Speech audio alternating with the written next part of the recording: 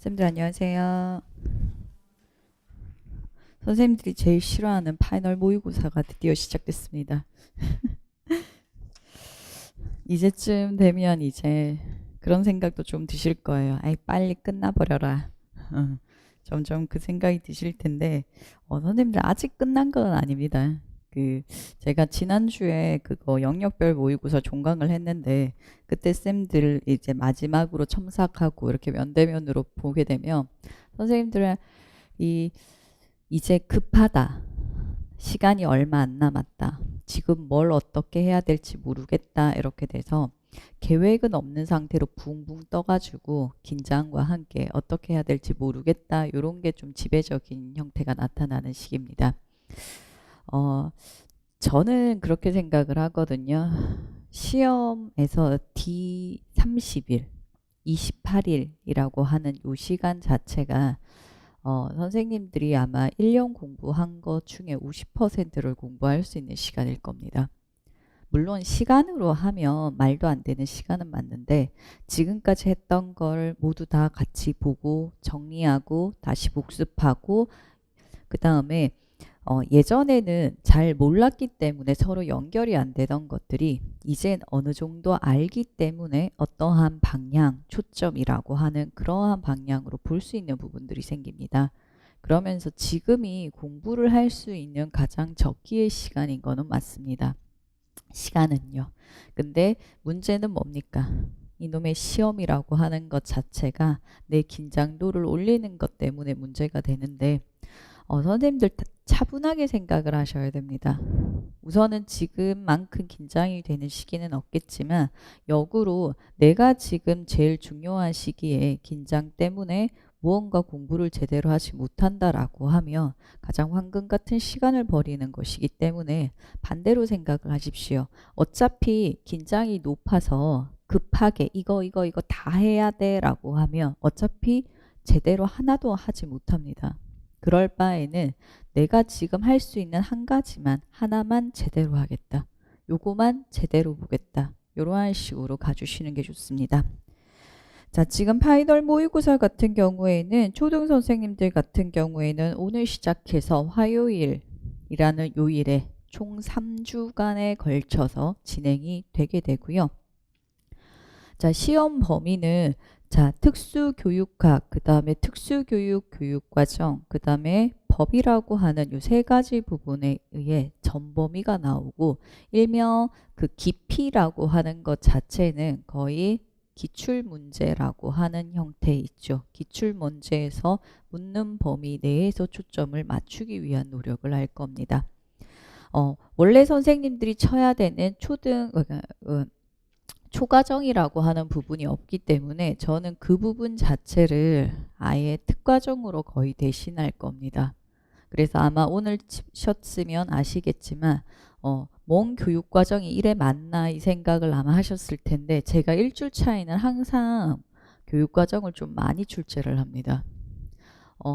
제가 지금까지 봐온 바로는요. 선생님들 특히 초등 선생님들한테 합격 당락을 결정하는 부분 자체가 어디냐라고 하면 예전에는 절대적으로 초과정이었습니다. 예전에는.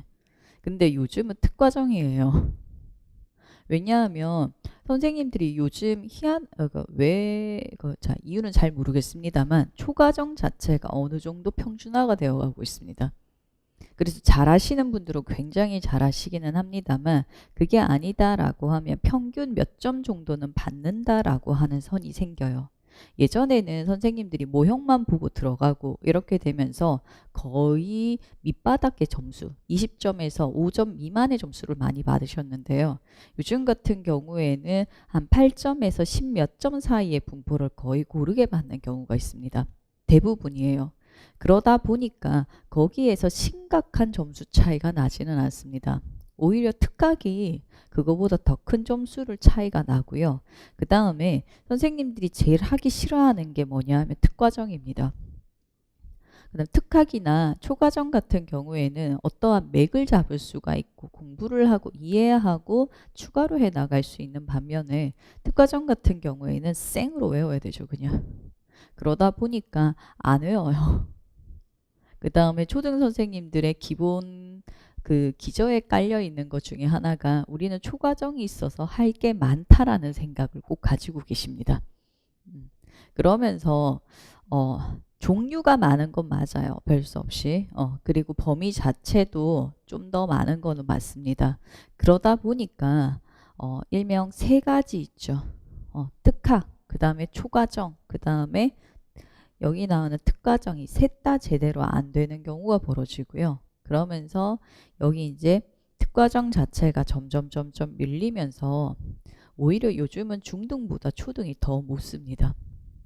그 기준 자체가 어차피 중등 선생님들 같은 경우에는 총론이랑 그 다음에 공통교육과정밖에 안 봅니다. 기본교육과정 거의 안 봅니다. 그쪽은. 근데 그 총론이라고 하는 부분에서 총론만 비교를 했을 때는 정말 비교도 안 되게 초등 선생님이 훨씬 못 씁니다. 중등이 월등하게 잘 씁니다. 그게 저는 그렇게 생각해요. 선생님들이 공부를 안 했다라고 생각을 하기보다는요. 선생님들 같은 경우 초등은 나오는 범위가 많습니다. 왜냐하면 중등은 기본교육과정 안 보거든요. 국어나 뭐 진직은 봅니다만 대부분 안 봅니다. 근데 여기는 다 보죠. 보기는 다 봅니다. 그러다 보니까 효율성이 굉장히 떨어져요. 저는 그렇게 생각을 해요. 솔직히 뭐 초등 같은 경우는 문제가 좀 여러 개 나옵니다만 그래도 필수적으로 맞아야 되는 게 뭘 것 같습니까? 총론. 총론은 어떠한 일이 있어도 다 맞으셔야 됩니다. 근데 문제는 그 총론이 다 안 맞는 데부터 출발을 하는 거예요. 자, 총론을 선생님들이 가장 많이 보시거든요. 공부를 하실 때. 근데 총론이 제대로 안 나온다라고 하는 것은 다른 교과도 제대로 나온다, 안 나온다, 안 나온다라고 하는 쪽이 많아요. 근데 선생님들이 어디까지 보냐라고 하면 기본교육과정 전체를 다 들고 있습니다. 아직까지. 자, 이제쯤 되면 자신의 능력을 과대평가는 하지 않습니다. 오히려 과소평가를 할 때거든요. 정하십시오. 어차피 지금 선생님들 있잖아요. 내가 지금 교육과정이라고 특과정이 시험 문제 나오면 어디까지 쓸 수 있을 것 같습니까? 아니면 시험 기간까지 다 내가 외운다라고 하면 내가 지금 보고 있는 범위를 다 외울 수 있을 것 같습니까? 안 되시죠? 그러면 내 능력껏 범위를 정하시기 바랍니다. 그래서 보통 많이 정하시는 부분 자체가 어디냐라고 하면 총론은 어쩔 수 없습니다. 총론 자체는 항상 초등도 한 문제씩 나오기 때문에 그거는 가지고 가시고요. 그 다음에 공통교육과정 같은 경우도 체육은 극히 드물게 나오죠. 그러다 보니까 안에 내용적인 부분이 있습니다. 학습자 안전 이렇게 관련돼서 지체랑 시각장애 부분이 조금 나오는 부분이 있거든요. 그거 이외에 모두 다 버립니다. 그 다음에 국어, 영어 같은 경우도 어떻게 됩니까? 시각장애, 청각장애 부분만 외우시면 되는데 청각 같은 경우는 외울 게 그렇게 많이는 없습니다. 근데 시각이 외울 게 많은데 시각의 문제가 뭐냐면 교수 학습도 있고 그다음에 평가도 있는데 그게 두 개가 헷갈리는데 또 국어랑 영어랑 둘 다 있다 보니까 국어랑 영어랑 헷갈립니다. 그래서 이쪽 부분 같은 경우는 아예 표로 정리를 해 두시는 게 좋아요. 이쪽에 국어, 영어 놔두고 이쪽에 교수학습, 이쪽에 평가 이런 식으로 해서 시각 부분만 아니면 청각 부분만 이렇게 따로 나누셔가지고 아예 표로 이렇게 딱 정리를 하시면 아마 공통교육과정이 페이지로 한 2페이지 정도밖에 안 나올 겁니다. 그리고 기본교육과정으로 가서는 이제 선생님들이 선택을 하셔야 돼요. 정말. 이번에 처음 들어가는 실과는 어쩔 수 없는 선택사항이 아니라 필수사항으로 들어갈 겁니다. 그거 무조건 보시고요. 그 다음에 작년에 지금 미술이 나오면서 체험미도 봐야 되냐라고 하는데 보실 수 있겠으면 보십시오. 그게 아니다라고 하면 나머지 교과 이제 뭐가 남습니까? 국어, 사회, 수학, 과학 부분 남는데 보통 초등에서 많이 나오는 부분이 국어와 그 다음에 사회 쪽이죠. 그리고 특히 이번에 기본교육과정 국어가 그런 부분이 되게 많습니다. AAC에 관련되는 거, 의사소통에 관련되는 거. 그래서 내가 전체 다를 외울 자신이 없거든 그 부분만 따로 뽑는 겁니다. 그리고 혹시나 그 미술 부분도 우리 장애 영역이랑 연관된 부분이 나왔었거든요. 그냥 일반적인 내용이 아니라. 그래서 지금부터 내용을 어쨌든 한 번은 보실 거잖아요. 쭉 읽으면서 왜 이런 거 있죠. 내용 체계와 영역과 연결되어 있는 부분. 왜 영역을 가르치는 교수 방법이나 평가 방법 따로 나와 있는 거 있습니다. 그런 거나 아니면 지금 AAC나 그 다음에 크게 들어가는 중도 중복장애 학생 관련 부분이 있을 겁니다. 그런 부분만 따로 뽑는 겁니다. 교과마다. 물론 내용 체계는 보셔야 됩니다. 근데 모든 내용 체계를 못 보겠으면 내가 볼 수 있는 거 아니면 영역 명칭만 지금 선택을 하시고 나머지를 이렇게 다 정리를 하십시오. 선생님들이 지금 보는 게 웬만하면 이게 원문을 그대로 본다거나 아니면 책을 사서 보시면 두께 자체가 상당히 두껍거든요. 그 두께 자체가 이제 부담감이 슬슬 될 때입니다. 그래서 간략하게 정리를 하십시오. 그리고 아직은 그거 키워드 자체로 잘라서 보지는 마십시오. 선생님들이 오늘 제가 일부러 문장으로 좀 많이 냈는데 초등 같은 경우는 문장으로 나오는 경우도 있기는 합니다만 보통 중간에 들어가는 의미 구단이 있죠. 그 정도로만 쓰셔도 전혀 문제가 없고요. 그 다음에 실제로 문장으로 나오는 것도 토시 하나 안 틀리고 쓰는 사람이 없기 때문에 의미 구단위만 맞으면 정답 처리가 됩니다. 그래서 그거를 잘라서 그거만 외우시는 분들도 있는데 이게 자기가 외울 때는 그게 좋습니다만 그래도 이 전체 문장 자체의 의미가 바뀌어져 버리면 틀리게 되거든요. 그래서 문장은 그대로 두되 내가 외울 부분 자체를 밑줄을 그어 두시고요. 그거 자체를 집중적으로 외워주시는 게 좋습니다. 그래서 선생님들 같은 경우 보통 지금 너무 교과가 많다 보니까 전 영역 도는데 한 3일, 4일 이렇게 걸리더라고요. 근데 그렇게 돌아서는 못 외웁니다. 제가 중등 선생님들 같은 경우 기준으로 했을 때 교육과정에 대한 게 언제 나오냐면 중등이 총 4주차 진행이 됩니다. 파이널. 그리고 1, 2, 3, 4 다 1주차부터 교육과정이 들어갑니다. 자, 근데 제가 지난주부터 그렇게 열심히 외우고 어떻게 하라고 말을 했음에도 불구하고 1주차 백지 어쩌다 몇 명 씁니다. 정말 몇 명 씁니다. 그 다음 2주차에 쓰기는 씁니다. 근데 제대로 나오지 않고 이거 엇갈리게 쓰는 이렇게 되는 거 있죠. 엉망으로 쓰는. 그래서 쓰기는 쓰는 게 2주차, 3주차 가야 답이 나와요. 근데 그것도 총론이 나오기 시작을 하는 거고 공통교육과정, 그 다음 만약 기본교육과정 이렇게 내버리면 그때도 답이 안 나옵니다. 근데 그게 한 하루에 그 정리된 양 있죠. 그거만 집중적으로 보면 한 번 이상 돌거든요. 근데도 그게 한 2주, 3주가 쌓여야지 정답으로 인출이 돼요. 그래서 제가 선생님들이 보통 교육과정 안 외워집니다 라고 징징거리면 제가 50번은 넘게 외우고 나서 말하세요라고 하거든요. 그래서 지금 전체 다 못 외워요. 그리고 혹시 이게 나오면 어떡하지? 이게 나오면 어떡하지? 이게 나오면 어떡하지?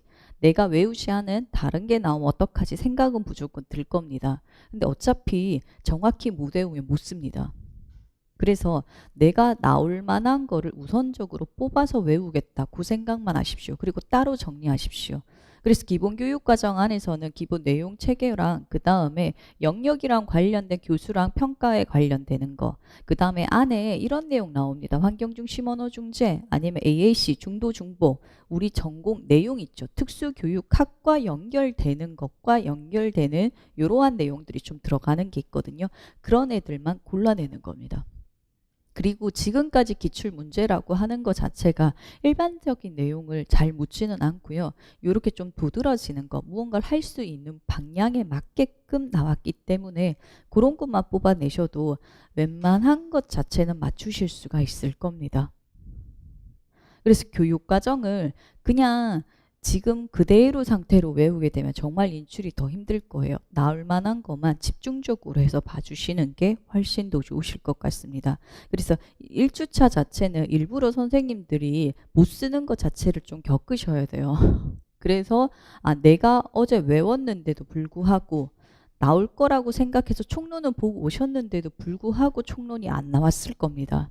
그러니까 그런 부분 집중적으로 외울 수 있도록 하는데 초점을 맞춰주시는 게 좋을 겁니다. 그래서 아마 교육과정이 임용 출제되는 것보다는 비율 자체가 조금 높게 나올 겁니다. 일부러 연습을 하라고 그런 거니까 원래 임용 자체는 이만큼 비율로 출제가 되지는 않습니다.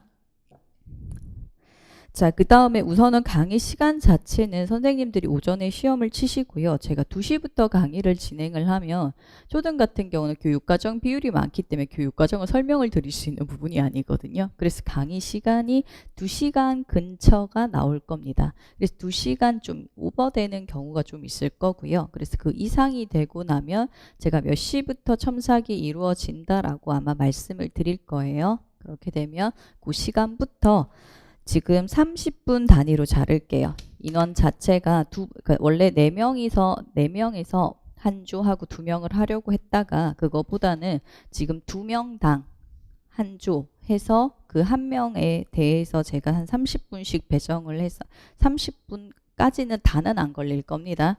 그런 식으로 왔다 갔다 하는 시간도 있거든요. 그래서 그런 그런 정도로 배정을 해서 진행이 될 겁니다. 그래서 지금 첨삭 조 배정 짜드린 조 자체가 시작 시간이 자체가 무조건 여기가 픽스되는 것 자체가 아니라 첨삭 시작되는 시간 기준으로 조금 유동성 자체는 있을 겁니다. 자, 그 다음에 인강 선생님들 같은 경우는 첨삭이 1주차 내용으로 첨삭이 이루어집니다. 별 수 없이 지금 오늘 아마 문제가 업로드가 될 거고요. 화, 수, 목 3일 동안 지금 답안지를 작성을 해 주셔가지고 사이트 아무로 아이티칭 사이트 들어가면 초등 파이널 첨삭이라고 하는 강의자가 따로 있을 겁니다. 그래서 그거를 신청을 하시면 업로드를 하실 수가 있기 때문에 거기에 맞추어서 첨삭을 해 주시면 될 거고요. 그 다음에 제발 답안지에 자신의 이름을 작성을 해 주시고 파일에도 자신의 이름, 아이디는 꼭 작성을 해서 올려주시기 바랍니다. 그리고 그림 파일은 올리지 마십시오. 한글 파일과 PDF 파일로만 올리고 그 다음에 압축 안 되고요. 왜 그림 파일로 올리면 이게 깨져서 나중에 글자를 못 알아보시는 분들이 있거든요. 그래서 한글이나 PDF 파일로 웬만하면 스캔을 하셔가지고 올려주시는 것이 좋습니다. 그리고 인강생 첨삭시 주의사항 지금 따로 나갔으니까 그거는 자세하게 보신 다음에 지금 올려주시면 될 것 같습니다. 자, 그리고 이제 지금 교육과정에 대해서는 지금 언급을 해드렸는데 지금 선생님들이 시간을 어떻게 쓰느냐, 그 다음에 특수교육학은 어떻게 공부하느냐라고 하는 부분 자체가 또 아마 궁금증이 생기실 겁니다. 날짜를 말을 안 하고 싶은데 며칠 남았습니까? 20 며칠 남았죠? 25일? 여유가 없는 것 자체가 조금 그렇긴 한데 25일이라고 하는 기간 자체가 남았으면 얘 자체를 이렇게 좀 나누시는 게 좋습니다. 한 28일 기준으로 나누고 아니면 이게 정말 타이트하게 짜면 이거 21일로 나눌 수 있습니다. 그렇게 해서 이걸 나누면 뒤에 이게 14일 정도를 잡으시는 게 좋아요. 그럼 여기가 9일 정도 남겠죠. 그리고 나서 여기 7일. 그럼 7을 또 나눌 겁니다. 4일, 그 다음에 3일 남죠. 2일, 1일. 요 기간 자체가 내가 전체 내용을 한번 도는 기간이라고 생각을 하시면 될 겁니다. 자, 그리고 지금 이제 마지막 날 자체가 하루 만에 어떻게 내용을 다 돕니까? 라고 하는데 궁극적인 기준 자체는요. 하루에 돌아야 되는 게 아니라 2시간 이내에 도는 겁니다. 선생님들이 아침에 일어나서 시험장까지 가는 시간과 그 다음에 아침에 들어가서 시험을 칠 때까지 공부할 수 있는 시간을 포함을 하면 약 2시간가량 나타납니다. 약 2시간 나타나요. 자, 그러니까 그 2시간 이내에 내가 전 영역 자체를 눈으로 보고 들어간다라는 건 불가능하기 때문에 내가 지금까지 아는 것 자체를 머리에 떠올리는 형태로 바뀌어져야 됩니다. 자, 이게 머릿속에서 쉽게 회전 자체가 다 이루어져야 되면 머리에서 돌아야 되는 것이기 때문에 다르게 말하면 넣는 게 아니라 인출하는 게 중요한 겁니다. 그래서 이 모든 과정 자체는 인출로 이루어지셔야 됩니다. 그렇다고 지금 넣는 거를 안 넣느냐? 그거는 아닙니다. 그 어떤 선생님들이 인출만 하고 지금까지 했던 공부 강론서 이론서 하나도 안 봅니까? 라고 하는데 그거는 아니시고요. 우선은 기본적으로 내가 인출이 되어야지 시험을 칠 수가 있기 때문에 이 기간 자체는 인출이라고 하는 부분에 맞추는 기간을 말을 합니다. 그래서 지금 이 부분 자체에서 지금 선생님들이 뭔가 정리된 내용 자체가 있으면 참 좋겠어요. 영역마다 잘한다, 그 다음에 다 있어야 된다. 그게 중요한 부분 아닙니다. 왜냐하면 내 스스로 지금 내 머릿속에 있는 것 자체가 어떠한 것이고 그것 자체를 확인을 하시면 되는 거고요. 그 다음에 선생님 지금 이거 몇 번 돌아요? 이걸로만 가도 5번은 돌죠. 근데 이 사이에 더 돌 수 있거든요. 왜냐하면 복습하는 부분 자체가 있기 때문에. 그래서 기본적으로 최소 10회는 돌게 됩니다. 그러면 선생님들이 처음부터 끝까지 10번을 똑같은 거를 쓸 것 같아요? 인출을 한다, 쓴다라고 하면 아니거든요. 우선 기본적으로 지금 내가 알고 있는 거 있죠. 지금 인출을 했고 기출 범위에 들어가는 것 자체는 10번 다 나오셔야 됩니다. 그거는. 근데 공부를 하다 보면 이렇게 돼요. 내가 정리된 부분, 마인드맵에는 없었는데 공부를 하다 보면 맞다, 이거 모의고사 칠 때 있었는데, 아니 강론서 볼 때 있었는데, 누가 이렇게 해줬는데 라고 하는 생각나는 부분들 자체가 있어요. 그러면 내가 옆에 적은 거에서 뭐예요? 플러스 알파 해놓겠지. 내가 이미 인출했는 거에 내가 여기에서 연관돼서 파생돼서 나타나오는 얘 있잖아요. 또 생각 잘 안 나면 이 정도는 뭐 강론서나 내가 근거하는 자료 찾아보셔도 무방합니다. 그래서 그 정도 찾아보고 얘를 같이 가지고 가고 이 정도는 문제가 없어요. 아예 모르는데 생으로 넣는 게 문제가 되는 거지, 내가 기존에 알고 있는 내용에서 파생되어져서 나오는 거 이거 플러스해서 가지고 가는 거 아무 문제 없습니다. 그런 식으로 하다 보면 여기 적혀 있는 내용 자체가 조금씩 수정은 될 겁니다. 그런 식으로 해서 반복 자체가 이루어지면서 될 거예요. 그래서 우선은 기본적으로 내가 인출하는 거 기본 내용에서 인출하는 거 나오고 그 다음에 이것만 하면 내가 지금 인출을 했습니다. 우선 인출 혹시 해보셨습니까? 저 시도는 해보셨을 거예요. 시도를 했는데 갑자기 한숨이 푹푹 나오지. 아, 나의 지식은 여기까지인가? 그 쓰는 시간보다 이러고 있는 시간이 더 많잖아. 그게 아마 나타나실 거예요. 정말 이런 말 하면 안 되는데 앙상하게 나와요. 내용 자체가. 보면 아는데 안 보면 모른다라는 겁니다. 그래서 내가 우선 써놓고 이거 자체를 내가 빠진 거 뭐야, 그 다음 기억을 못하는 게 뭐야 라고 채워 넣는 시간이 또 필요해요. 그러려면 뭐가 했어야 되냐 하면 내가 정리된 것뿐만 아니라 내가 기존에 봤던 것들 있죠. 넘어가면서 꼭 중요한 것들 자체 확인하고 그 다음에 혹시나 내가 정리된 것 부분이 없으면 또 넣고, 왜냐하면 아무리 내가 넣는다고 넣어도 이렇게 하다 보면 빠지고 하는 부분 많거든요. 모든 걸 다 넣으라는 건 아닙니다. 내가 가지고 갈 수 있는 범위라고 하는 거 정해져요. 기출 부분은 무조건 들어가셔야 되고요. 그런 식으로 해서 공부를 하면서 플러스 알파를 처리한 내용 자체가 만들어지겠죠. 그리고 나서는 얘를 다시 공부를 합니다. 넣고 나서 끝나시면 안 되고요. 그럼 얘는 이제 약간 플러스 알파 곁다리처럼 항상 있거든요. 그게 아니라 이걸 다시 공부를 하셔야 돼요. 아, 맞다, 이거 빠졌지, 이렇게 돼서 넣어야 돼 라고 하는 그 공부를 다시를 하시는 거예요. 자, 요거 자체가 그 영역에 대한 공부입니다. 자, 그러니까 오늘 쉽게 화요일 날 내가 청각을 했다라고 칠게요. 화요일날 청각을 이렇게 공부를 했습니다. 그러면 수요일날 독서실에 처음 가자마자 해야 되는 게 뭐냐 하면 얘를 지금 새로 만든 거 있죠. 플러스해서 나온 거. 얘가 어디까지 나오는지 확인을 하셔야 돼요. 어제 했던 게 그대로 복습으로 또 가야 됩니다. 그냥 끝나고 그러니까 오늘은 이거, 오늘은 이거, 오늘은 이거 이렇게 칼 자르듯이 자르시면 절대 안 되고요. 이제 무조건 복습이 이루어져야 되거든요. 그래서 그거를 또 합니다. 하고 나면 어떻게 될 것 같아요? 또 항상 하지. 아, 이거 10번 그려도 10번 다 제대로 잘 안 나옵니다, 쌤들. 마지막까지 잘 안 나와요. 그래서 필사적으로 그냥 쥐어짜듯이 계속하고 해야 되는 거거든요. 자, 그리고 나서 이때는 다시 써버리면 시간이 너무 많이 걸리니까 뭐예요? 여기에 안 나왔던 부분 체크를 해놓는 겁니다. 내가 부족한 부분이 이런 거다. 그리고 나서는 뭐예요? 이제 새로운 영역을 해야지. 그래서 그 지적장애를 한다. 그러면 기본 마인드맵에서 플러스 알파 했는 얘를 또 만들어 놓는 겁니다. 그리고 나면 그 다음날 목요일 가면 어떻게 돼요? 청각, 그 다음에 지적을 이렇게 하는 겁니다. 자, 그렇게 되면 나중에 14일까지 한 10며칠까지 가면 복습한다고 끝날 것 같잖아요. 그래서 이 복습하는 양을 범위를 정하십시오.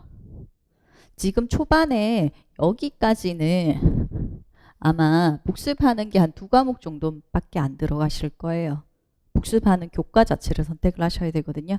근데 이제 뒤로 가면 이제 이쪽으로 가면 어떻게 돼요? 3개씩, 이쪽으로 가면 4개씩 이런 식으로 범위를 넓히는 거예요.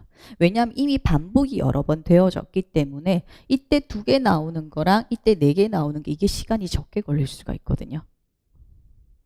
그런 식으로 해서 내가 봤던 거 자체를 복습을 계속을 하고요. 그 다음에 이 2개를 선정하는 거 자체는 지금 청각하고 지적하고 그 다음날 학습했다. 그 다음에 그 의통했다. 이렇게 가면 계속 누적을 하게 되면 너무 많죠. 그리고 나서 그나마 선생님이 좀 잘 된다. 아니면 좀 외울 게 적다. 내가 좀 잘 된다.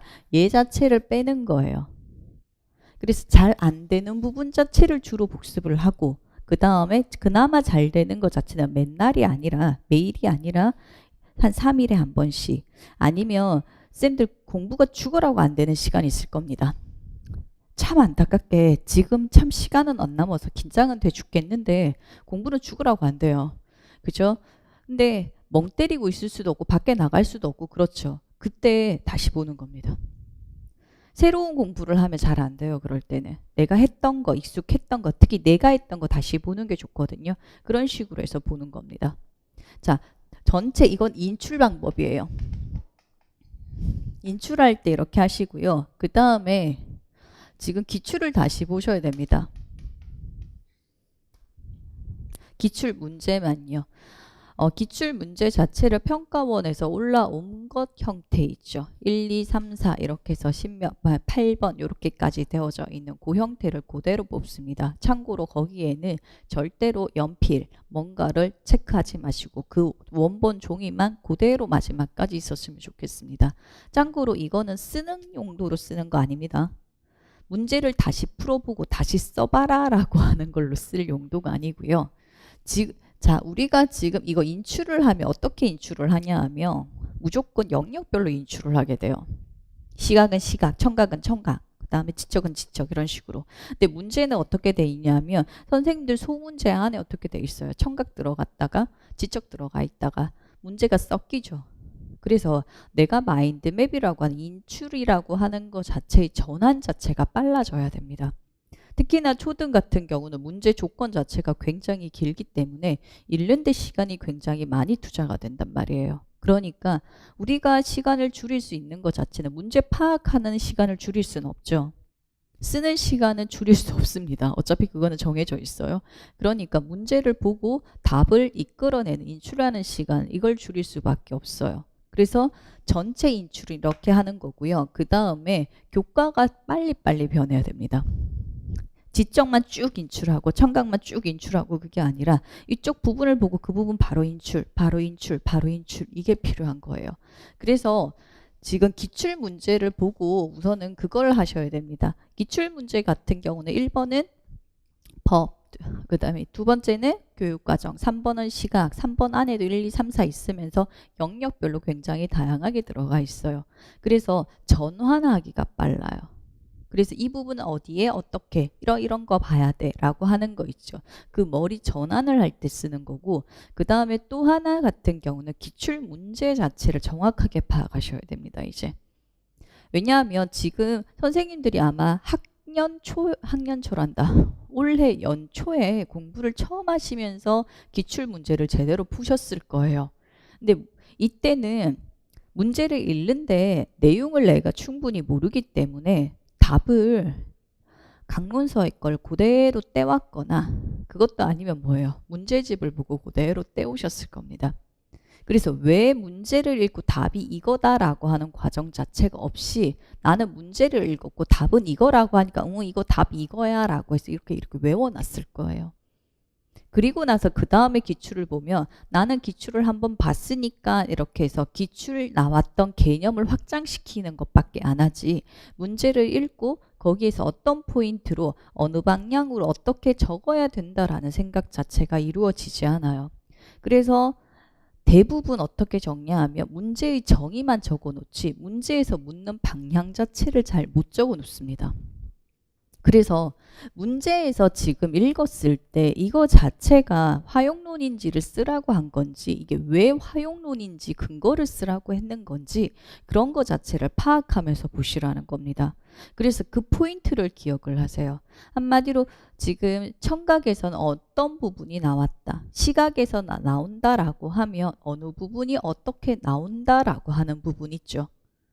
그래서 그냥 지금 시각 자체 점자가 나왔다. 이렇게 끝 이게 아니라 요즘 점자는 어떻게 나오냐라고 하면 예전에는 단순하게 읽었습니다만 이제는 점자 규정을 제대로 썼는지 안 썼는지에 대한 거 이제는 쓰라고 하는 것까지 나오는 형태가 나왔죠.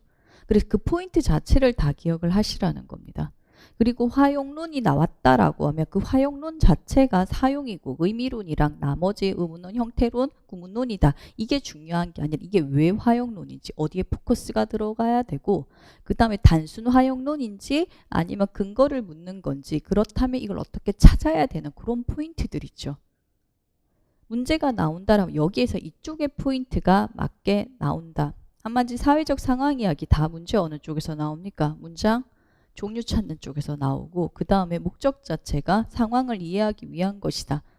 얘들을 기준으로 문제가 파생되어져서 나오는 거죠. 그래서 그 핵심적인 것 자체를 기억을 해 놓으시라는 겁니다.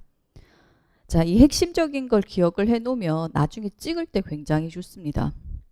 선생님들이 물론 그런 일이 없었으면 좋겠지만 들어갔을 때 이게 무슨 개념인지는 알겠는데 답을 모르겠다라고 할 때가 있을 겁니다. 그럼 찍어야 되죠. 그래서 백지로 낼 수는 없잖아요. 그죠? 뭐라도 써놔야 되잖아요. 그럴 때는 내가 알고 있는 개념 아니면 내가 파악한 개념이 가지고 있는 기본적인 목적을 생각하시기 바랍니다. 아니면 이게 어느 쪽에서 많이 나왔어. 이거는 항상 이쪽을 묻더라. 그럼 그쪽 방향으로 답을 써놓고라도 나오시면 혹시나 모르죠. 부분 점수나 아니면 뒷다리 뭐 이렇게 해서 잡는 것 식으로 그런 식으로 해서 어부지리로 약간 문제 점수를 받을 수가 있는 부분이 있기 때문에 각각의 내용에 대해서 포인트 잡고 그 다음에 영역 전환할 때 쓰는 겁니다. 답을 쓰려고 하면요 생각하는 것보다 답을 예쁘게 쓰려고 하는데 초점이 맞춰져 버리기 때문에 우리가 이게 연습하고자 하는 것 자체를 같이 연습을 못하게 되는 경우가 좀 많습니다. 그래서 그거는 따로 하시고 그리고 참고로 이 기출문제 한 회 있죠. 한 회. 그래서 초등이다 중등 이게 한 회차 1년 전체를 말하는 거 아니에요. 1년 전체는 3과목 들어가잖아요. 유아 초등 중등. 이게 아니라 중등이면 중등 초등이면 초등 하나 이거 하나 하는데 2시간은 넘게 걸리실 겁니다. 한 3시간 가까이 걸리실 거예요. 그래서 아마 선생님들이 가장 많이 하는 게 그거예요. 제가 1년 동안 뭘 했을까요? 나는 계속 기출 보고 기출 해석하고 이렇게 했는데 왜 지금도 나는 기출을 제대로 못 풀까요? 라고 하는데 그게 제가 앞에 설명드렸죠. 처음에는 문제 읽고 누가 주어준 답만 연결을 했고 내가 문제를 안 풀어봐서 생기는 형태입니다. 문제 몇 개 같은 경우에는 아예 답 자체를 외우고 있는 것들이 있어요. 그런 것들 같은 경우는 문제 없을 겁니다만 왜 우리가 해석을 하면서도 이거는 이래서 된다는데 좀 어려웠거나 했던 것들 있죠. 생각보다 안 풀리는 것들이 굉장히 많을 거고 그 다음에 답은 이거인 것 같은데 긴가민가한 게 엄청날 겁니다. 그런 거 명확하게 다 해 나가시려고 하면 아마 시간이 조금 걸리실 겁니다. 근데 처음에는 좀 많이 걸리고요. 그 다음에 시간이 줄어드니까 조금씩은 연습을 해 보시는 게 좋을 겁니다. 그리고 지금 가면 이제 선생님들이 내가 부족한 부분에 초점이 맞춰져 버립니다. 근데 다 부족하죠. 아니 그게 뭐 이렇게 하는 게 아니라 지금 누구든지 내가 한 부분이라도 나는 준비가 잘 되어 있다라고 생각을 하는 사람은 단 한 명도 없습니다. 다 부족해요. 그렇기 때문에 내가 부족한 거 자체를 생각을 하지 마시고요. 그냥 앞으로 남아있는 시간 자체에서 내가 채울 수 있는 부분만 생각을 하십시오. 그리고 기본적으로 이거 맞추셔야 됩니다. 선생님들은 초과정, 그 다음에 특과정, 그 다음에 특학이라고 하는 게 있으면 비율 자체를 좀 맞추십시오. 내가 여기 자체의 시간 자체를 기본적으로 얼마? 2시간을 하겠다. 그리고 여기에도 2시간을 하겠다. 그러면 얘는 기본적으로 몇 시간이 들어가야 된다? 지금 같은 경우 쌤들 스탑워치 거의 12시간은 나오셔야 됩니다. 보통은요. 그 혹시 쌤들 합격생들이 눈 뜨고 공부만 했다라는 말 들어보신 적 있습니까? 자기 정말 많이 했다. 10몇 시간씩 했다고. 그게 지금입니다. 그래서 지금 특히 한 2주 정도 남겨두고 2, 3주 정도 남겨놓고 대부분의 스탑워치가 기본 12시간 그리고 많이 나오시는 분들이 15시간까지 나옵니다. 15시간 나오려고 하면 집에서 공부를 해야 가능합니다. 아니 고시원 사시는 분들 고시원에서 아니면 독서실이 그 옆 건물 정도 있죠. 그런 경우 가능한 거고 그 다음에 여자 선생님들 머리 감고 그 다음에 기본적으로 우리가 위생 상태라고 해야 되겠죠. 그거 다 포기하셔야 될 겁니다. 왜냐하면 이게 15시간 나오려고 하면 지금 뭐 어떻게 해야 된다라는 거야. 밥은 먹죠. 그래도 화장실은 가야 되죠. 그리고 어쨌든 뭔가 이것저것 하고 이동하는 시간, 잠깐 쉬는 시간 자체는 존재를 할 수밖에 없어요. 그리고 잠자야 되고 그렇게 되면 별 수 없이 시간 이거 15시간 나오려고 하면요. 밥도요. 1시간씩 저 먹으시면 안 나옵니다. 무조건 30분씩 먹고 화장실 갔다 오는 것도 짧게 갔다 오고 바로 하고 그 다음에 정말 공부 안 될 때는 스트레칭하고 바로 하고 이렇게 해야지 15시간이 나올까 말까 한 시간이에요. 이거는. 근데 이거 자체를 지금 만드셔야 되고 요 3개를 계속 꾸준하게 두십시오. 특히 초등 선생님들 같은 경우가 그게 많아요. 초과정을 지금까지 꾸준히 안 하셨던 분들이 상당히 많은 걸로 압니다. 그래서 특히 강의 들으실 때 그때만 딱 하고 공부 안 하고 이렇게 하시는 분들이 많으셔가지고 초과정이 갑자기 이제 발등에 불 떨어져가지고 얘 갑자기 하루에 6시간씩 이상씩 하시는 분들이 있습니다. 그럼 얘들은 어떻게 될 것 같습니까? 나중에 이거 보다가 이거 보면 얘들 기억날 것 같아요? 안 날 것 같아요? 얘들도 안 나옵니다. 그래서 여기서도 내가 만약에 할 수 있는 범위를 정할 수 있으면 정하시고요. 그 다음에 여기서는 뽑아드렸고요. 특학 같은 경우는 뭐예요? 기출범위. 이렇게 맞추셔가지고 내가 할 수 있는 범위 내에서 아는 걸 정확하게 하시기 바랍니다. 특히 영역별 모의고사 첨삭을 받으셨을 때 선생님들 한두 명씩 정말 기본 용어 틀리신 분들 상당히 많으실 겁니다. 그래서 너무 당연한 문제 자체를 틀리게 되면 감점이기 때문에 나는 다른 사람이 다 맞는 문제를 다 맞을 것이다. 그거부터 생각을 하시는 게 맞아요. 어려운 문제는 깔끔하게 틀리십시오. 자, 1회차 문제 들어갑니다.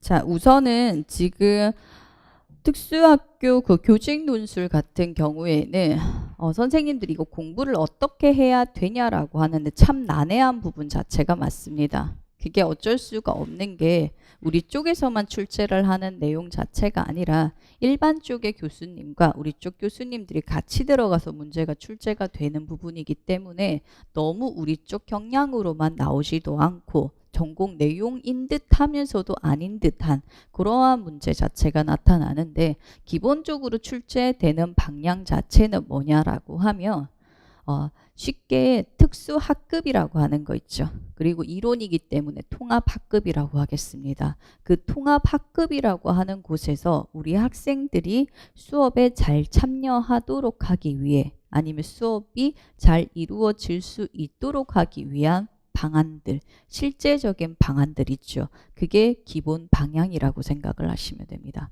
자, 그러니까 우선은 우리나라 같은 경우는 물리적 통합 자체가 이미 다 이루어진 상태라는 전제에 들어가기 때문에 필요한 게 뭐예요? 그러면 이제 사회적 통합이라고 하는 부분과 그 다음에 요즘 계속 이슈화가 되는 교육과정적 통합 이런 부분이 되겠고 그 다음에 교육청에서는 이게 교육과정 재구성 이쪽으로 거의 연결이 되실 겁니다. 그래서 그쪽을 달성하고자 하는 구체적인 방안들 이러한 부분들 자체가 기본 방향이라고 생각을 해 두시면 될 겁니다.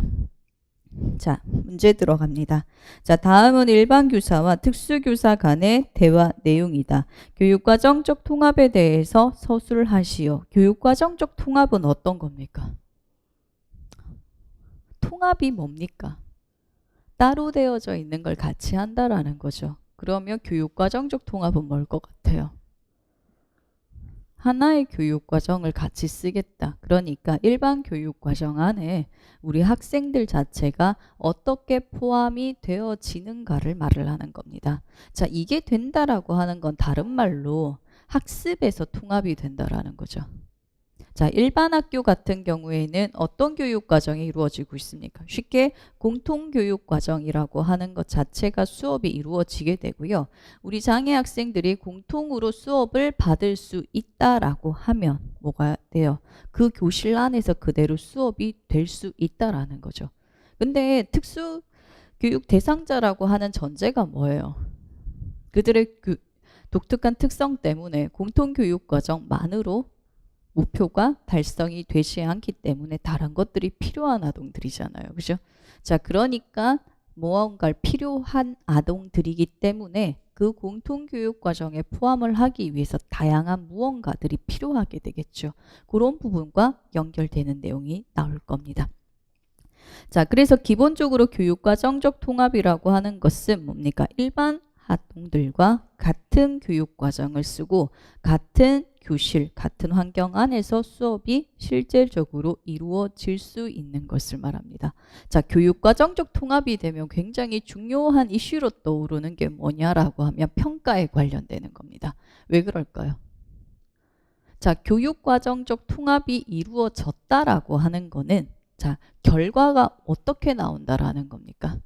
우리 학생들도 일반 교육과정 안에서 수업을 받았을 때 그들의 목표를 달성할 수 있는 것이다. 되겠습니까? 그러니까 이게 이루어졌다라고 하는 평가 자체가 우리 학생들이 목표를 달성을 했다 하지 않았다라고 하는 결과라는 것을 보면 교육과정적 통합이 달성되었다라고 하는 걸 알 수 있다라는 겁니다.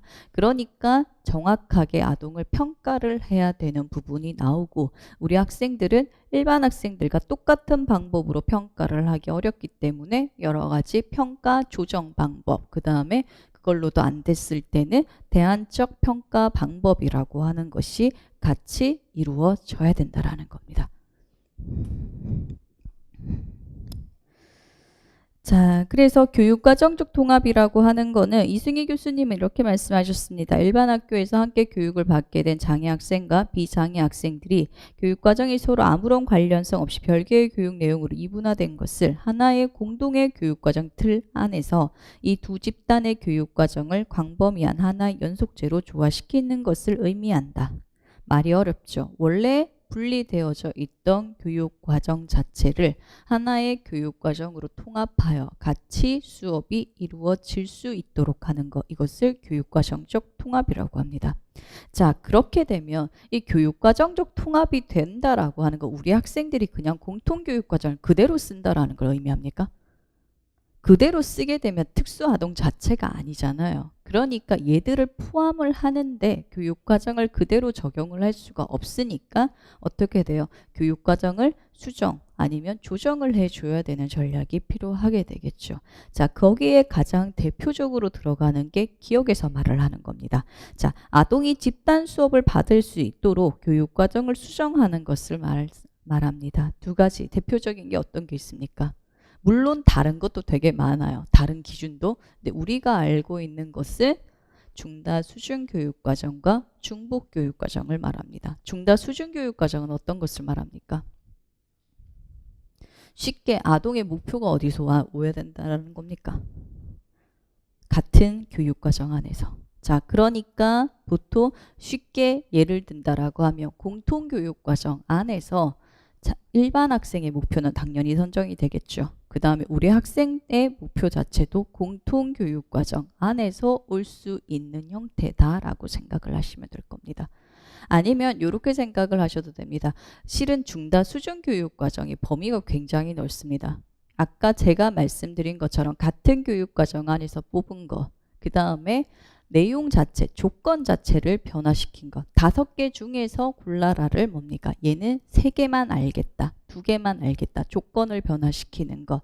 그 다음에 또 어떤 게 있냐면 같은 교과이기는 하지만 같이 수업이 이루어지는 게 아니라 그 기초를 가르치는 부분까지도 들어갑니다. 쉽게 수학 시간에 일반 학생들 같은 경우는 곱셈 수업을 하는데 우리 학생들 같은 경우 수세기를 하겠다. 아니면 덧셈을 하겠다라고 해서 같은 교과이나 아예 내용 수준 자체가 다른 거 있죠.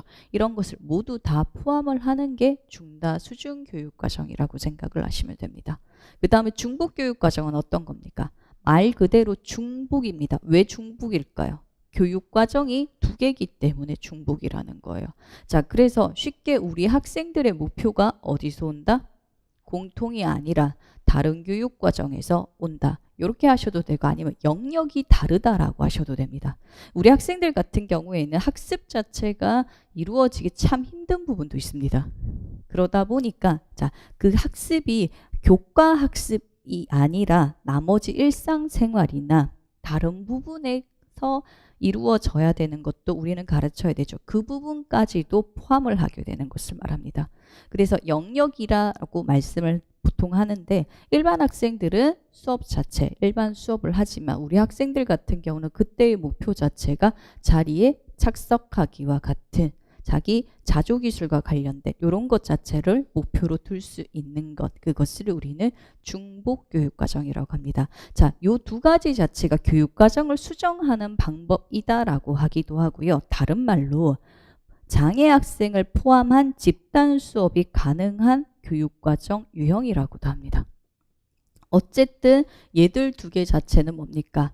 전체 수업 자체가 아마 일반 교실 안에서 전체 수업 자체가 이루어질 수 있을 때 사용할 수 있는 교육과정 수정 방법이다라고 하는 겁니다. 자, 그 다음에 또 대표적으로 나오는 게 이 보편적 학습 설계다라고 하는 겁니다. 보편적 학습 설계는 어떤 겁니까? 자, 이거를 그냥 보편적으로 뭐 학습을 뭐 이렇게 구체적으로 이렇게 우리가 전공 내용으로 생각을 하지 마시고요. 선생님들이 지금 약간 생각을 확장시켜야 될 필요가 있거든요. 교직 논술을 조금 보시려면. 쉽게 보편적 학습 설계가 어떤 교육과정이 이걸 가지고 있어야 되는 겁니까? 보편적 학습 설계는 기본적으로 교육과정을 만들 때 사용하는 원리입니다. 맞죠? 어떤 교육과정을 만들 때 이게 되면 다양한 학생을 모두 포함시킬 수 있습니까? 일반 교육과정 자체를 말을 하죠. 물론 교육과정이라고 하는 것 자체가 선생님들 교육과정이라고 하는 것 자체가 책입니까? 아니면 제재가 딱 정해져 있어서 우리는 그걸 그대로 교사가 가르쳐야 됩니까? 아니죠. 교육과정은 큰 틀 가이드라인만 제시를 해주고요. 그 안에서 교사가 뭡니까? 학생의 특성에 따라 아니면 여러 주변 환경에 따라 셀렉해서 학생들에게 필요한 부분 자체를 그래서 교육과정을 재구성해서 가르치게 됩니다. 그죠? 자, 그렇기 때문에 교육과정 그 자체가 융통성이라고 하는 걸 굉장히 많이 포함하고 있는 형태입니다. 교과서라고 제시된 부분이 아니라 다양한 범위를 가지고 있는 것이기 때문에 융통성을 가지고 있다라고 포함을 하는데, 그때 내용에 따른 것뿐만 아니라 누구나 다 이 교육과정을 사용할 수 있고 이걸 통해서 자신의 목표를 달성할 수 있도록 하자라고 해서 그 융통성을 더 확장시킨 개념 자체가 보편적 학습 설계라고 생각을 하셔도 됩니다. 누구나 다 뭡니까? 이 교육과정에 접근 가능하여 그래서 쉽게 자신의 목표를 달성할 수 있도록 여러 방안에 대해서 지금 다양한 양식을 포함하고 있는 것, 이것을 보편적 학습 설계라고 할 수가 있게 됩니다. 자, 원리가 하필이면 이게 첫 번째 원리가 들어가 있거든요. 그래서 2.0 원리로 이 페이지에 가시면 다양한 표상수단의 제공 이렇게 들어가 있는데, 그게 아니라 다양한 방식의 표상수단의 제공, 두 번째는 다양한 방식의 행동과 표현수단 제공, 세 번째는 다양한 방식의 참여수단 제공해서 2.0 기준에 그걸로 알아두시면 될 겁니다. 자, 그래서 표상수단이라고 하는 것 자체는 어떤 걸 말합니까? 교사가 제시를 할 때 다양한 학생들에게 모두 다 이해를 할 수 있도록 전달을 할 수 있도록 하는 것. 두 번째, 다양한 방식의 행동과 표현수단은 뭡니까? 누구나 다 수업에 지금 자신의 그 의미라 그래야 되나? 알고 있는 것 자체를 표현할 수 있는 방법을 포함하고 있는 것. 그 다음에 다양한 방식의 참여 수단은요. 흥미를 이끌 수 있도록 하는 교육과정일 것. 이렇게 생각을 하시면 될 겁니다. 자, 그럼 이건 어떤 장점이 있을 것 같습니까? 제일 큰 장점은 뭘 것 같아요? 제일 큰 장점은 교육과정을 수정이 없이 그대로 쓸 수 있는 거죠. 그 자체가 뭐예요? 다양성을 포함을 하고 있기 때문에 수정 이전에 누구나 다 쓸 수 있도록 되어진 부분이다. 이렇게 생각을 할 수가 있게 되는 부분이다라는 겁니다. 자, 그 다음에는요. 자, 20페이지에 나오는 첫 번째 장점이 있습니다. 학생의 독특한 요구에 최대한 부합하여 교육과정과 장애 학생이 상호작용할 수 있는 플랫폼, 한마디로 기초가 되는 역할을 할 수가 있다라고 하는 겁니다. 자, 그 다음에 실은 여기서 하나 빠진 게 있는데, 우선 크게 교육과정적 통합을 하기 위해서 제일 먼저 이루어져야 되는 게 그 교육과정이 이 보편적 학습 설계를 통해 만들어지는 겁니다. 근데 이걸로 다 안 되는 부분이 분명 있을 겁니다. 그럴 때 어떻게 할 것 같습니까? 학생의 IP에 따라서 학생의 필요한 부분들을 바꾸어주는 교수적 수정이라고 하는 것을 그 다음에 적용을 하게 되고요. 그래도 안 된다라고 하면 어떻게 되죠? 학생이 부분적 참여라도 아니면 실은 그게 먼저 들어갑니다. 공학. 학생이 자기 혼자서라도 안 되면 다른 기기나 다른 부원과의 도움을 받아서 수행을 할 수 있도록 해주고요. 그것도 안 된다라고 하면 부분적으로라도 참여를 할 수 있는 형태로 해서 일반 교육과정에 참여를 시키게 됩니다. 그래서 순차적으로 생각을 하시면 돼요. 가장 보편적으로 보편적 학습 설계, 학생이 일반적으로 참여할 수 있도록 하는 교수적 수정, 아니면 기능을 향상시키기 위해서 보조도구를 제공을 해주고요. 그래도 안 됐을 때 부분적으로라도 참여시킬 수 있도록 하는 부분 참여의 원리가 적용이 될 수가 있다. 교육과정적 통합은 이게 전체 다 묶여서 같이 들어갑니다. 자, 그럼 이러한 부분 참여의 원리는 어떤 겁니까? 학생이 전부 다 달성을 할 수가 없기 때문에 일명 목표를 달성하는 데 있어서 부분적으로라도 참여를 해서 목표를 달성하자라고 하는 겁니다. 자, 거기에 잘못 적용된 예시가 4가지가 나올 겁니다. 수동적, 근시안적, 단편적 참여 기회의 상실입니다. 얘는 쉽게 그렇게 생각을 하시면 된다. 기준 자체가 왜 목표에 도달하지 못했는가라고 하는 걸로 따져주시면 됩니다. 자, 수동적 참여는 장애를 가진 학생들이 자연스러운 환경에 배치되었으나 적극적으로 활동들을 참여하도록 허락하는 대신에 또래들이 활동에 참여하는 것을 관찰하는 기회만 제공되는 것이다. 자, 이거는 왜 목표를 달성을 못하게 된 겁니까? 학생이 지금 목표를 달성했다라고 하는 건 자기 스스로가 수행을 할 수 있어야 되는데 그거를 했어요? 못했어요? 못했어요. 왜? 관찰만 하느라 자기 스스로 달성을 하지 못했기 때문에 안 된 겁니다. 자, 그 다음에 근시안적 참여입니다. 자, 교사가 교육과정의 관점들 중 한 가지 혹은 몇 가지만을 좁은 시야로 집중하고 학생이 학습의 전반적인 기회들로부터 이득을 보지 못하도록 하는 것이다. 예시는 참 이렇게 어렵게 쓰여져 있습니다. 설명 자체는. 이 근시안적 참여는 그런 것을 말합니다. 수업에 참여를 합니다. 근데 참여를 하는데 그 참여하는 부분이 아동의 목표 달성과 관련이 없는 나머지 부분에 참여를 하고 있는 걸 말합니다. 그래서 핵심 목표는 달성하지 못하나 수업에만 참여를 하고 있다. 그래서 목표를 달성을 하지 못하게 되는 경우를 말합니다. 그 다음에 단편적 참여는요. 계속 참여를 하는 게 아니라 왔다 갔다 하는 것을 말합니다. 특정 시간에는 참여를 하고 특정 시간에는 참여하지 못하도록 되어져 있는 거. 그 다음 참여 기회 상실입니다. 학생이 독립적으로 활동을 하기 위해 너무 많은 시간과 노력을 기울이게 함으로써 학생으로 하여금 더 많은 수의 활동들에 참여할 기회를 상실하게 되는 것을 말한다. 자, 쉽게 말해서 학생의 목표는 단 하나일까요? 쌤들 혹시 기간제 하시면서 IP 짜보신 적 있습니까? IP 원래 한 과목에 한 개만 짭니까? 과목에 따라서 아니면 과목이다 아니면 직업이다 그 다음에 자신의 생활이다 이런 일상생활이다 이런 다양한 측면에 따라서 목표가 설정될 수도 있고요. 아니면 교과에 따라서 목표가 설정이 될 수도 있습니다. 어쨌든 아동의 목표 자체는 단 하나가 아니라 교과나 영역에 따라서 여러 개가 설정이 될 수가 있다라는 거예요. 자, 그런데 한 개 자체를 너무 독립적으로 하도록 하는 나머지 다른 목표를 달성하지 못하도록 하는 것, 그것을 참여 기회 상실이라고 표현을 하게 됩니다. 자, 그리고 아까 그랬죠? 보조공학이라고 하는 것도 사용할 수 있다. 근데 보조공학이라고 하는 거랑 그 다음에 보편적 학습 설계라고 하는 거랑 그 안에 들어가게 되면 공학이라고 하는 요소가 들어갑니다. 쉽게 컴퓨터. 자, 컴퓨터는 보조공학일까요? 그러면 보편적 학습 설계일까요? 자, 단순히 기계로만을 알 수가 없습니다. 기준 자체가 나와야 됩니다. 자, 이게 언제 아동에게 제공이 되어지는가에 따른 기준 아니면 누구에게라고 하는 걸로.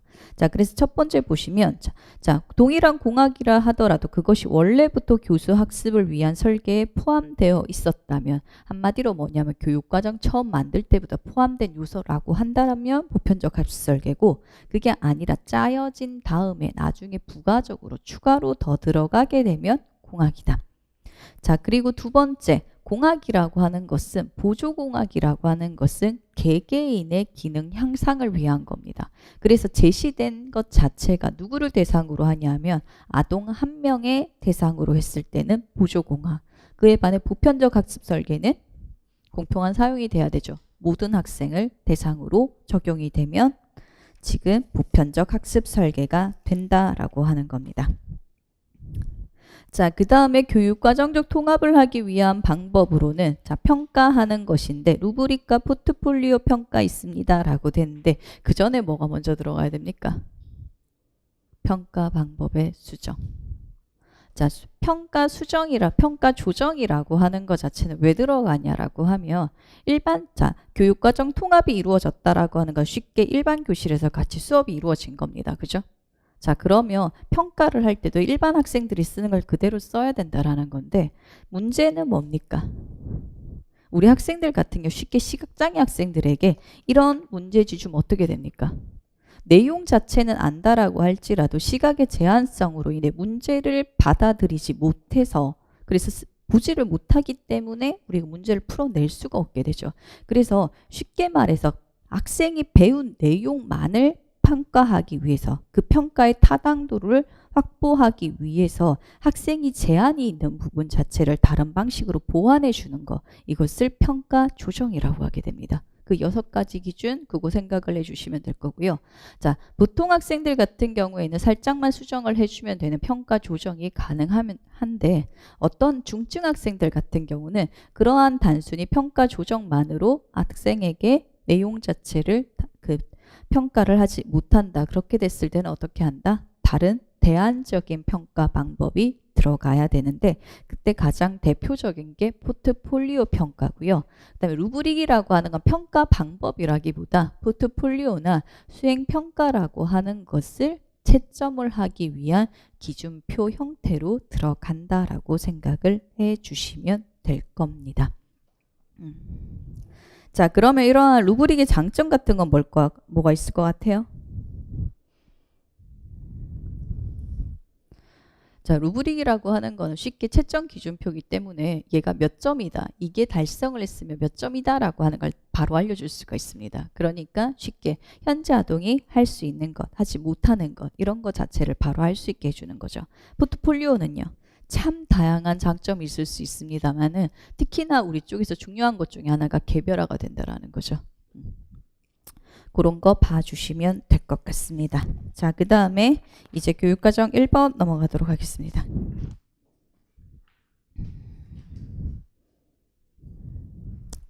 자, 가는 일반 교사와 특수교사가 의사소통 장애를 가진 민규에 대한 검사 결과에 대해 나눈 대화의 일부이다. 물음에 답하시오. 민규의 발음이 분명하지 않아 말을 알아듣기 힘들어요. 우리말 조문 평가 결과를 보면 자음과 모음의 정확도가 낮은 것을 알 수가 있습니다. 자, 1번 1, 2의 결과로 알 수 있는 것. 한마디로 자음 정확도와 모음 정확도로 알 수 있는 것과 그 다음에 음운 변동과 분석과 비교를 했을 때 쓰시오라고 하는 겁니다. 한마디로 결과 자체가 이걸 바로 아셔야 되는 거예요. 우리말 조문 평가가 결과가 어떻게 나타납니까? 자음 정확도, 모음 정확도라고 하는 것과 음운 변동이라고 하는 부분에 따른 결과가 두 가지로 제시된다라고 볼 수 있죠. 그래서 자음 정확도, 모음 정확도라고 하는 것으로 목표음 자체를 얼마나 정확히 산출했는가 자체를 알 수가 있고요. 음운 변동 분석으로는 자, 아동이 나타난 오류 패턴 자체가 어떠한 오류로 나타났는지를 알 수 있게 해주게 됩니다. 저기 선생님들 있잖아요. 검사 도구는 저희한테 뭐가 중요할 것 같아요? 선생님들이 제일 싫어하는 게 검사 도구입니다. 지금쯤 되면 자바라보다 더 싫어하는 게 검사 도구거든요. 왜냐하면 예전에는 자바라는 해야 되는 것 때문에 싫어했는데 검사 도구는 그때 안 했었어요. 이제는 해야 되기 때문에 제일 싫어하는 게 검사 도구입니다. 자, 그럼 우리 교사 입장에서 검사 도구는 어떤 부분이 중요할 것 같습니까?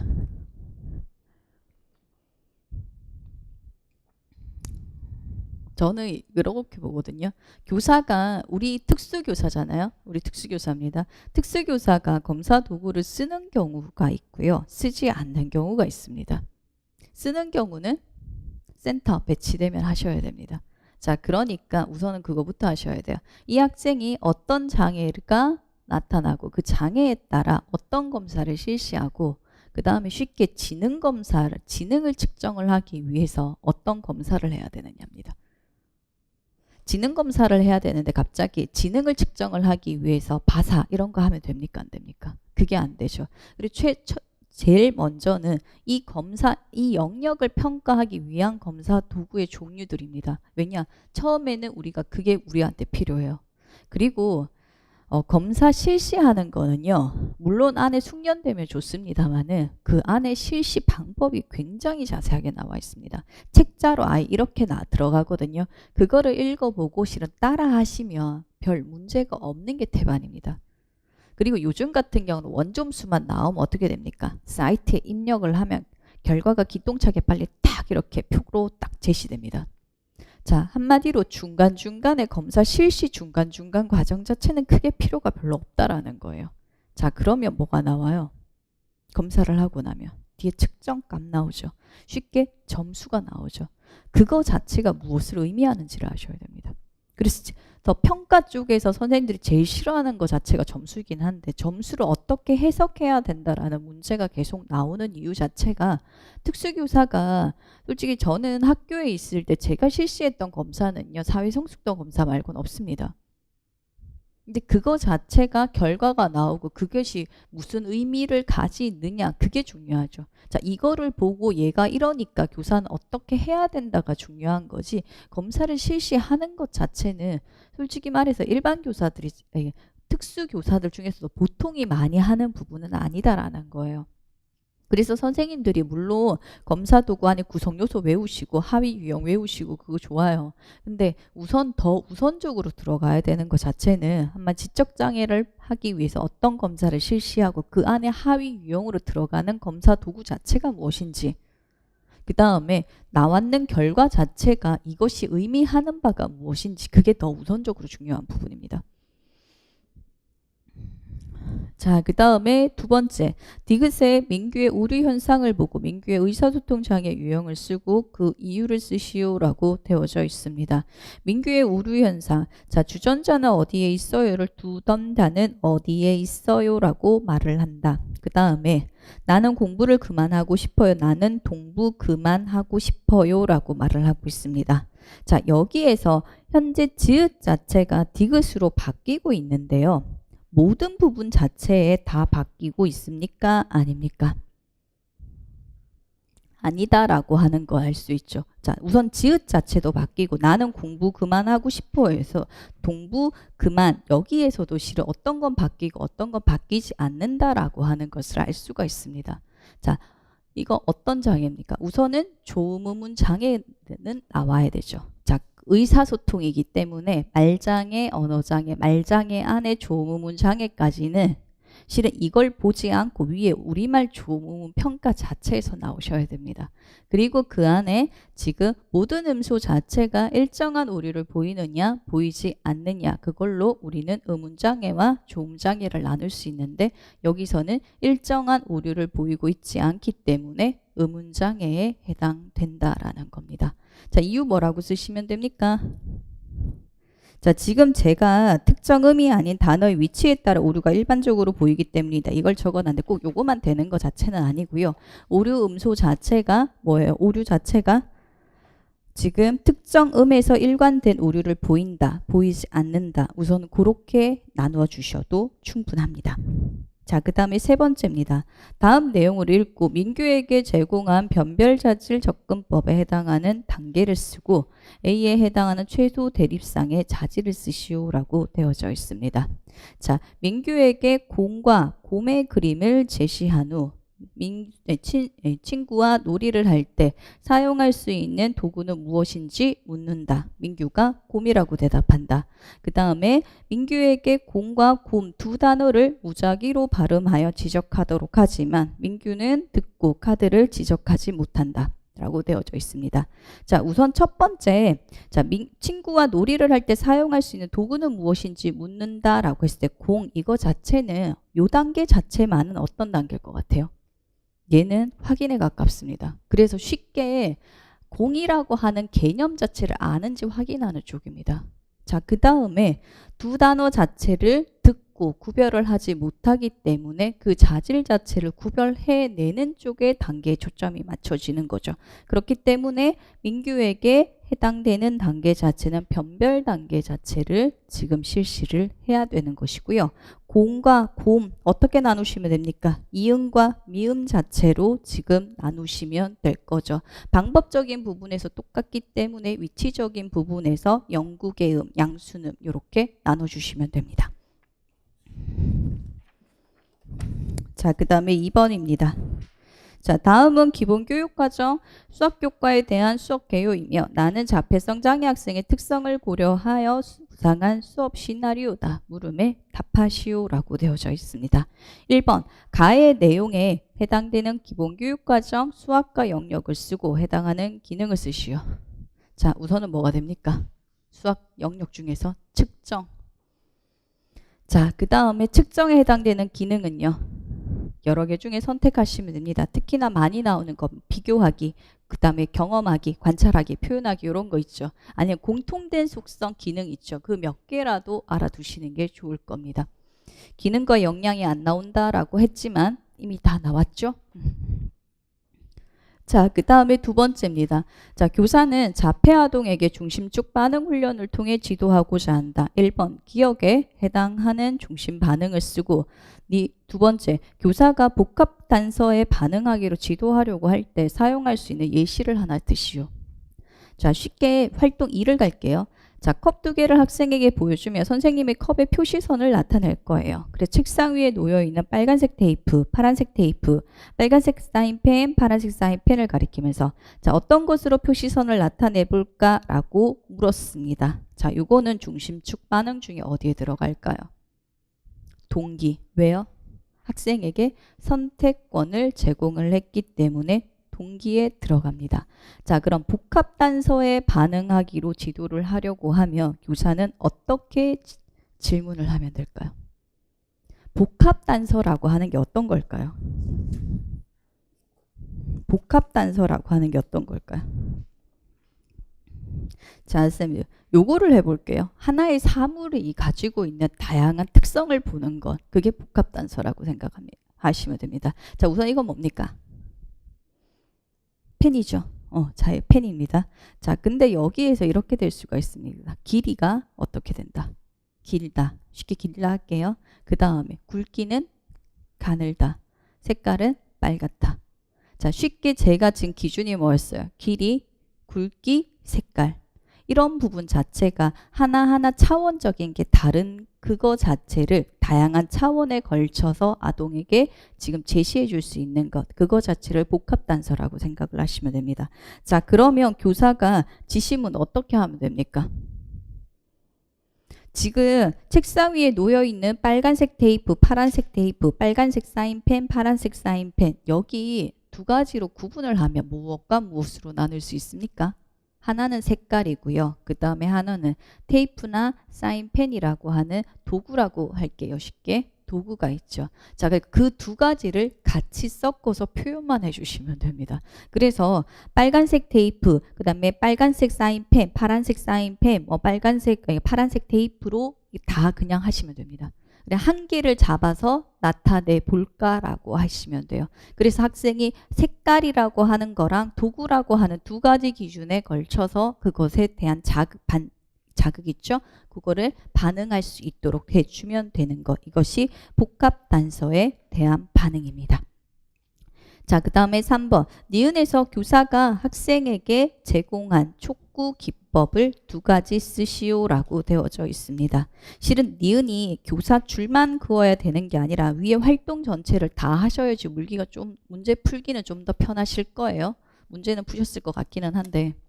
자, 촉구 기법. 자, 니은 보시면 자, 3초 후 초록색 스티커가 추가된 그림 자료 1. 자, 초록색 스티커는 그림 자료 1에만 붙어 있는 겁니다. 1과 그냥 제공된 그림 자료 2를 다시 제시하며 이렇게 되어져 있습니다. 자, 요걸로 우선은 밑줄 자체로 우선 하나는 뭐가 바로 나올 수 있습니까? 자극 촉구 안에 그 다음에 자극 외 아니면 가외 촉구는 바로 나올 수 있을 겁니다. 그 다음에 또 하나는 뭐 있습니까? 활동 3 전체를 보시면 자, 교사가 지금 제시를 하고 그 다음에 지금 학생이 머뭇거리며 교사를 쳐다보고 있죠. 교사가 그 다음에 어떻게 합니까? 얼마간의 시간을 기다린 후에 다른 촉구를 제공되는 거 뭐죠? 촉구 지연 아니면 시간 지연에 관련된 내용입니다. 자, 그 다음에 3번 문제입니다. 자, 3번에 1번, 2번은 아무도 안 틀리셨으면 좋겠어요. 안 틀렸을 거라고 믿는데 왜 그러냐면 이거 아무도 안 틀릴 문제입니다. 너무 기초적인 문제는 틀리시면 어떻게 되냐면 만점 자체에서 다 깎이는 거예요. 근데 문제는 나만 깎이는 거죠. 자, 아까 제가 그렇게 말씀드렸을 겁니다. 기초만 생각을 하라고. 그게 뭐냐 하면 다른 사람이 다 틀리는 문제는 나도 틀려도 문제가 없습니다.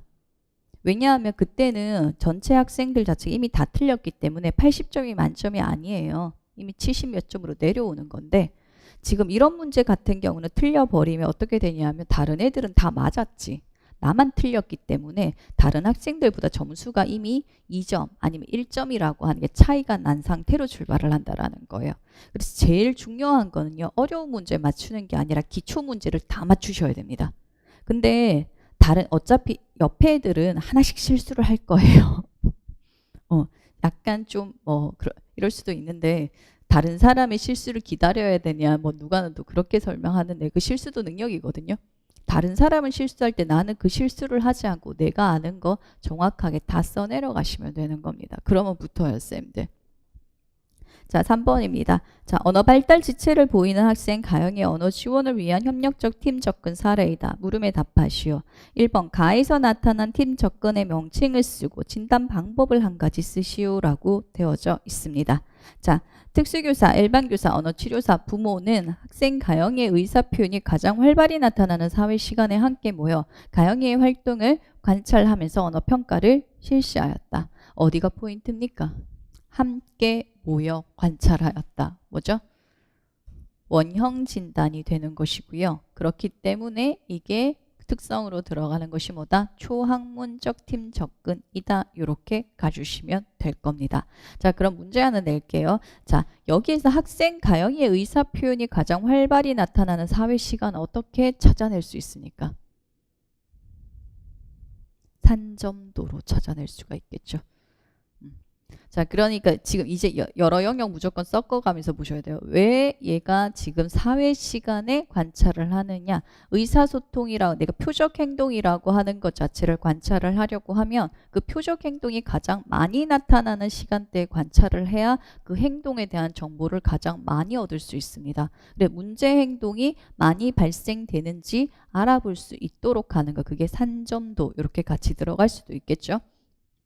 자, 2번 나의 지도 방법 명칭과 이를 적용했을 때 장점을 한 가지 쓰시오. 자, 지도 방법 특수교사가 일반 학급에 들어가 언어학습 목표에 해당하는 표현 언어가 필요할 때 가영이가 또래들에게 직접 말할 수 있도록 지도한다. 이거 자체가 의미하는 바가 뭡니까? 자, 초점 자체가 특수교사라고 하는 건 여기에서는 주서비스 제공자를 지칭을 하는 것이고요. 주서비스 제공자가 지금 치료를 제공하는 곳이 어디다? 아동이 위치한 자연스러운 환경이다. 그래서 치료가 어디서 이루어진다고요? 통합된 환경에서. 그래서 통합된 치료, 다른 말로 풀인 서비스라고 하게 됩니다. 자, 그럼 이 풀인 서비스를 적용했을 때 장점은 뭘 것 같습니까?